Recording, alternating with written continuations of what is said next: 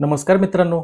Big boss Marathi संदर्भात आम्ही एक आर्टिकल लिहिलं होतं, ज्यात माहिती दिली होती की बिग बॉस हा जो शो आहे, म्हणजे बिग बॉस मराठीचा 5वा सीझन हा फक्त आता 70 दिवसांमध्ये संपणार आहे. या अगोदर 100 दिवसांचा शो असायचा. पण आता या वर्षीचा शो सुपरहिट असून सुद्धा, टी-आर-पी खूप चांगली असून सुद्धा फक्त 70 दिवसांतच संपवण्यात येतोय. या संदर्भात बिग बॉसच्या घरामध्ये ऑफिशियली घोषणाही करण्यात आली.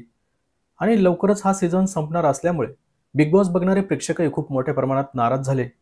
आणि यापैकी अनेक प्रेक्षकांनी आम्हाला कमेंट केल्या, काहींनी व्हॉट्सअप मेसेज केले.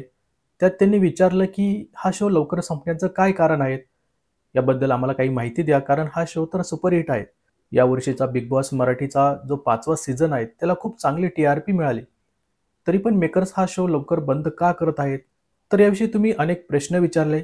त्यानंतर आम्हाला जी काही माहिती मिळाली, त्यानुसार हा शो लवकर बंद होण्याची काही कारणं मी इथे सांगत आहे. यातील सर्वात महत्त्वाचं कारण म्हणजे, तर ही एक महत्त्वाचं कारण आहे बिग बॉस मराठी 70 दिवसांत संपवण्याचं. ते म्हणजे बिग बॉस हिंदीचा 18वा सीझन आता 6 ऑक्टोबरला सुरू होतोय रात्री 9 वाजता. आणि यावेळी सुद्धा बिग बॉस हिंदी हा सलमान खान होस्ट करत आहेत. त्यामुळे जे काही मराठी बिग बॉस बघणारे प्रेक्षक आहेत, त्यातील असंख्य प्रेक्षक हे हिंदी बिग बॉसकडे वळतील असं मेकर्सला वाटतंय. आणि त्यामुळे मराठी बिग बॉसची टी-आर-पी डाऊन होईल, असा त्यांचा अंदाज आहे. म्हणूनच हिंदी बिग बॉस सुरू होत असल्याने त्यांनी मराठी बिग बॉस संपवण्याचा निर्णय घेतलाय अशी माहिती मिळते. हिंदीमधील बिग बॉस 18चा ग्रँड प्रीमियर 6 ऑक्टोबरला रात्री 9 वाजता दाखवण्यात येणार आहेत. तर मराठी बिग बॉस 70 दिवसांमध्ये संपवण्याचं हे एक कारण असल्याचं समोर येतंय. त्यासोबतच अजून एक कारण आहे. तर हे दुसरं कारण म्हणजे अभिनेता रितेश देशमुख. अभिनेता रितेश देशमुख याला शूटिंगसाठी वेळ नसल्याचं समोर आलंय.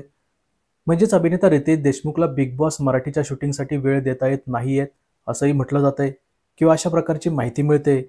त्यामुळे पुढे रितेश देशमुख नसल्याने बिग बॉस मराठीचा टी-आर-पी घसरू शकतो. त्यातच आता तिकडे हिंदी बिग बॉस सुद्धा सुरू होतंय. त्यामुळे असंख्य ऑडियन्स हिंदी बिग बॉसकडे शिफ्ट होऊ शकतं, कारण तिकडे सलमान खान सुद्धा स्वतः होस्ट करतोय.